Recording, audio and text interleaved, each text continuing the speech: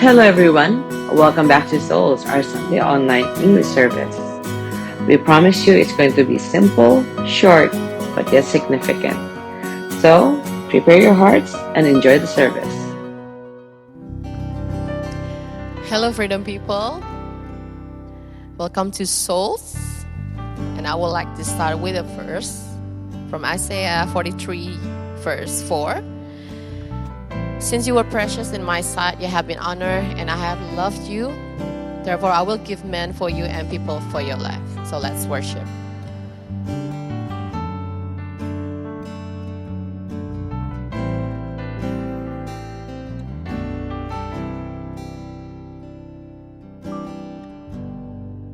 When the music fades and all is stripped away, and I simply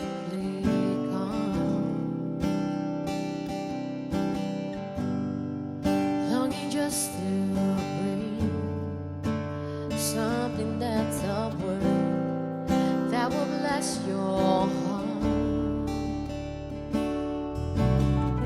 I'll bring you more than a song, for a song in itself is not what you have required.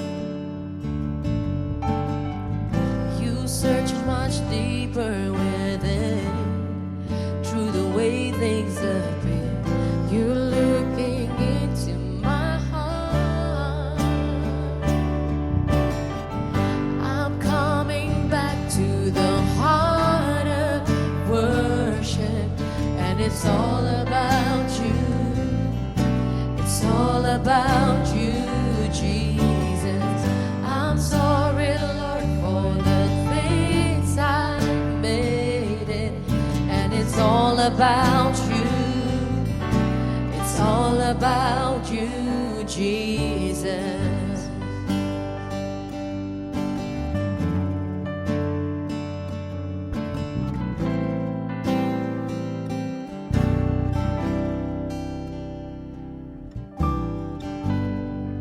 When the music fades and all is stripped away, and I simply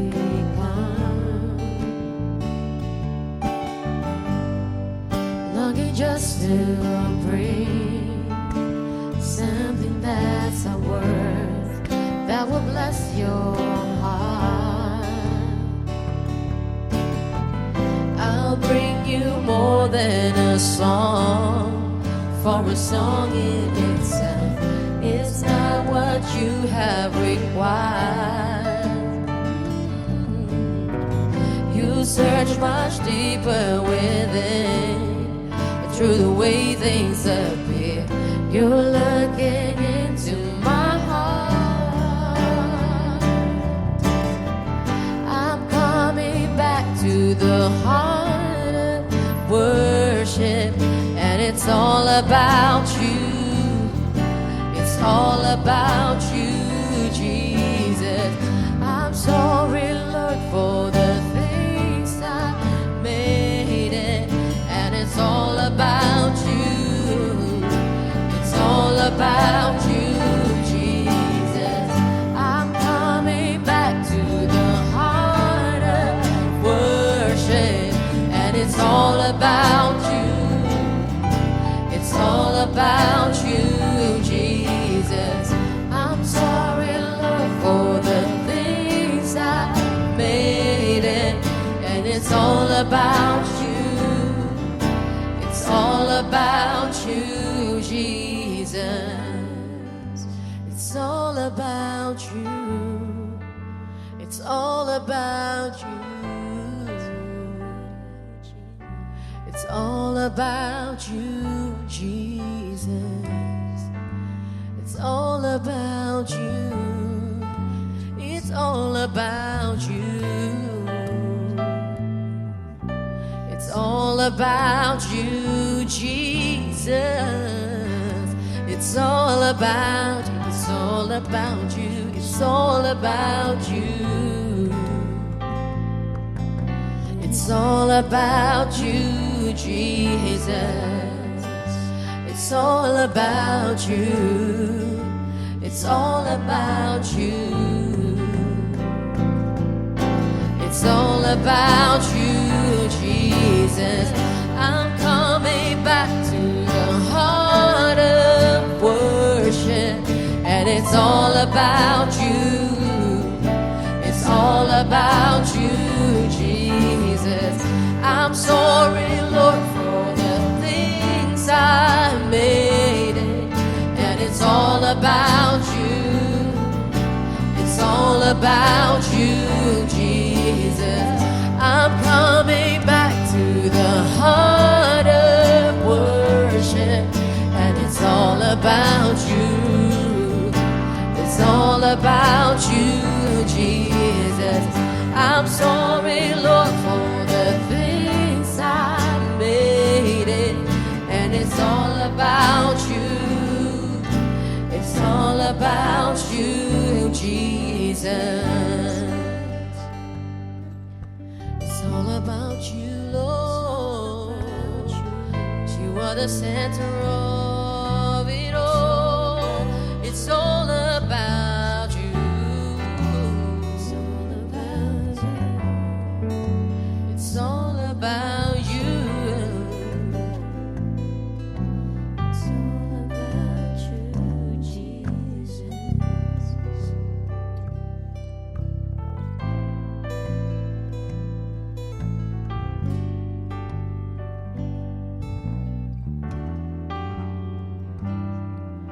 To worship you, I'll live. To worship you, I'll live. I'll live to worship you.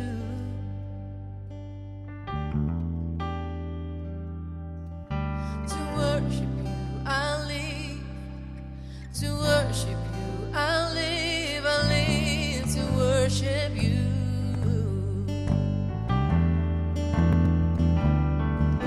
To worship you, I'll live.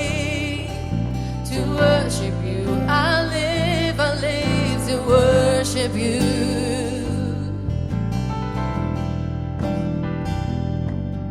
To worship you, I live. To worship you, I live to worship you.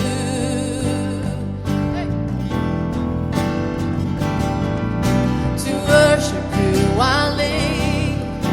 To worship you, I live to worship you.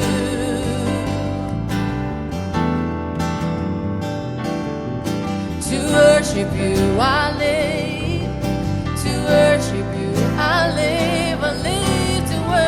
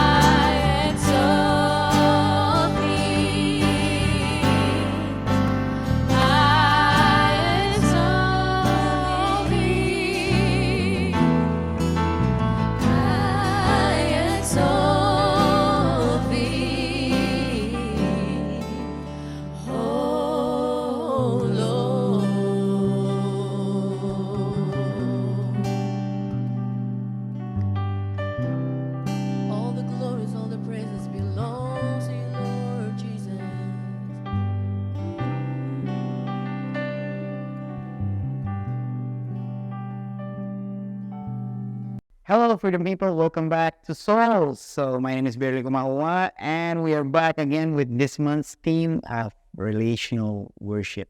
Here's a recap of last week. So last week we talked about what is worship. It's more than just songs. It's more than just a slow tempo or a fast tempo. But basically, praise is something that we can give to anyone who has done good things in our life. But when it comes to worship, it is exclusive and only for God. So praise and worship doesn't, it has nothing to do with the tempo of the song. It has nothing to do with the beat or everything, but praise is basically something that we can give to anyone who has done good things in our life. And when it comes to a song that has a lyric that declares the goodness of God, declares the mighty of God, declares the power of God, it's basically a praise song. But when it comes to worship, it is something that is far more deep. We are more in depth.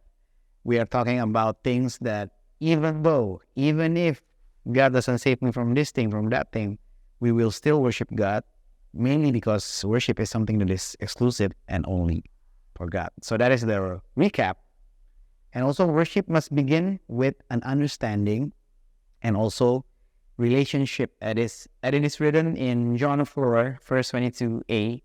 You worship what you do not know. We know what we worship. This is Jesus talking to the Samaritan woman.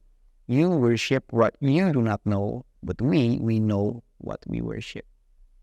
Now, one of the other verses that we read from last week is from Romans 12, verse 1. It says this, I beseech you, therefore, brethren, by the mercies of God, that you present your bodies a living sacrifice, wholly acceptable to God, which is your reasonable service. Now, in the New Testament, the sacrifice is a living sacrifice. It's no longer a dead sacrifice, animal sacrifice, blood sacrifice for the atonement of sins from the burnt of offering, but it is a living sacrifice. We don't need to die anymore. No animal needs to die on our behalf because Jesus has already died for us and paid all of our debt.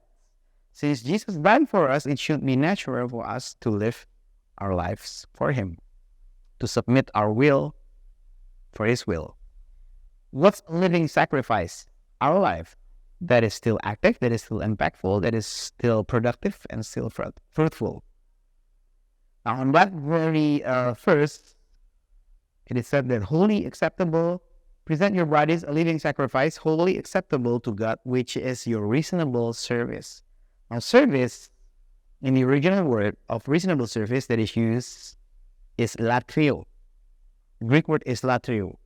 Service, to serve, is latrio. Now, latrio means a hired menial to minister to God, to render a religious homage, to serve, to do the service, and to worship. That is one of the words that is used, latrio, serve, or even worship. Last week we talked about proskuneo, which is mean to kiss, like a dog licking his master's hands. That is proskuneo. This week we're going to talk about latrio.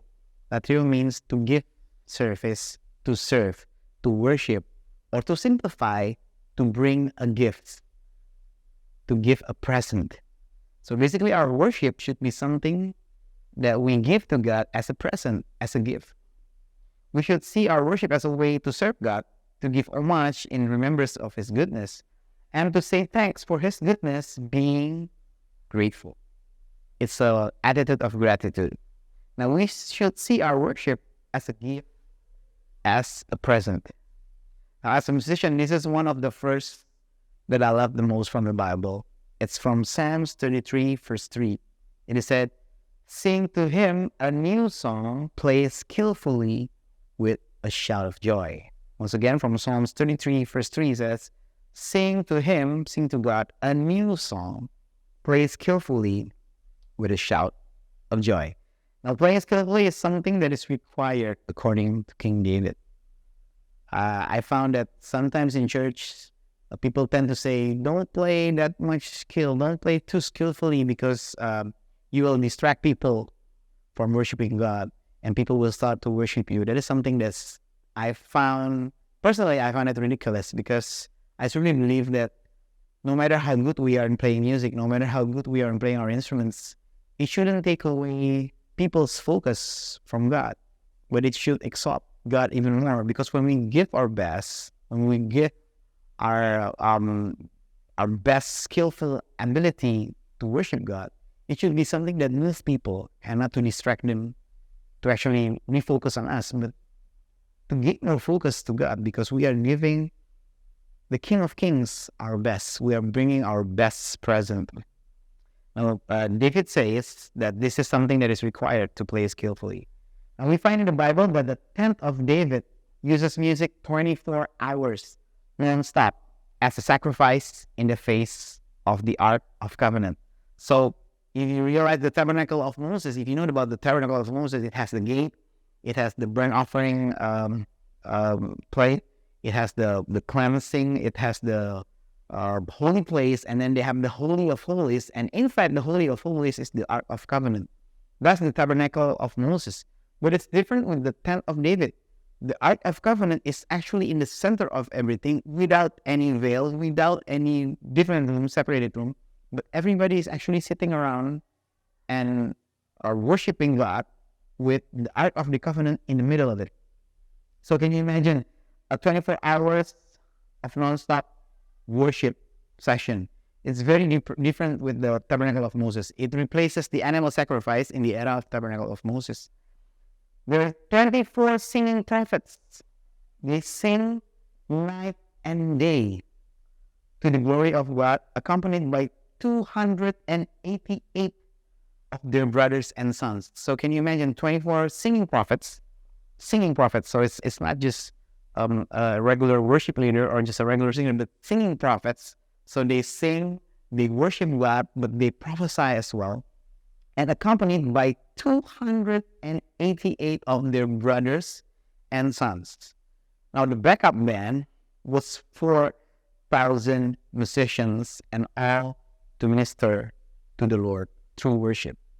24 hours non-stop music, 288 musicians, 4,000 backup bands, and 24 singing prophets. So they do a shift like every 8 hours. They change the theme, but basically it's worship all day long, every single day for the 30 years of David's reign. So, and also on the time of David's reign, Israel is in the height of their glory. It's on the top of their glory. And I truly believe one of the main reasons is because they serve, they latreo, they give present to God in the middle of everything. The Ark of Covenant, which represents God, is the center of everything. They focus their worship unto God. So yeah, that's how amazing the tent of David were. So it's not surprising if we read in Amos or in Acts, it said that God will restore the tent of David. This is one of the reasons why, because 24 hours of music, of worship session nonstop. Now, can you imagine if everybody who comes to church are excited of giving something to God, not just to get something, or not to just get some solution from their problem, or to hear a good sermon, but to actually come to church to bring a gift to God. And they prepare it. The mindset is prepared right in their own homes before they even left their homes. They go to church with the mindset of, I want to bring something for God. I want to bring my best worship today. Not just to gain something, but to actually give something to God through our worship, giving our best. Matthew 5, verse 16 says this, "Let your light so shine before men that they may see your good works and glorify your Father which is in heaven." Now, when we give our best, our light shines. And when we give our best to God, as our light shines, people will see our good works. And when people see our good works, or ergon in the original language, when people see our good works, people will glorify God because of our good works. Because God is the source of everything that we have. The ability to do anything is basically from God. So as we do our best, as we give our good works, people will glorify God through the works that we have done. And this doesn't work only in terms of worship through music, but even so in our daily lives. Our daily work, our studies, or as simple as picking up the trash and throwing the garbage, it should be our worship as well. Everything should be our worship. It should be something that comes as an everyday realization that we are doing everything for the glory of God. Colossians 3, verse 33 says this, whatever you do, work at it with all your heart as working for the Lord, not for human masters. Being excellent is something that is required from us because in everything we do, we should do it as if it is for our God. Being excellent in everything should be our identity because it is another form of worship. Being excellent shouldn't be affected by anything that happens around us. If everybody else is not giving their best, it shouldn't be the reason for us to be not excellent as well. We should keep our integrity and keep on doing our best. Now I want to close today's sermon with this first from Ephesians 2, verse 10. The NLT version, New Living Translation, says this, for we are God's masterpiece. He has created us anew in Christ Jesus so we can do the good things He planned for us long ago. You and I are God's masterpiece, created us anew in Jesus Christ so we can do the good things, the ergon, the good works that He has planned for us long ago. A masterpiece is something that is special, something that is attached to the artist, to the maker. For example, when I mentioned Leonardo da Vinci, I bet that your mind automatically goes to the painting of Mona Lisa, his masterpiece. Or when I mention a title of song, for example, Heal the World, make it a better place, you automatically go straight to Michael Jackson because he is the creator of the song. That is his masterpiece. You and me, we are God's masterpiece. Not the Niagara Falls, not the Grand Canyon, not the Red Sea, but you and me, we are God's masterpiece. And as His masterpiece, we should be thankful and grateful every single day. And that should be our biggest reason to give our best, to bring our worship as a gift, as a present to the one who has given us everything, even though we are undeserving. Are you ready to bring your best worship to God? Bring your present to God. God bless you.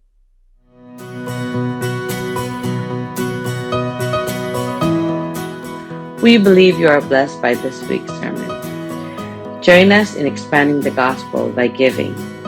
Giving can be wired to our bank account or by scanning this QRS if you're in Indonesia.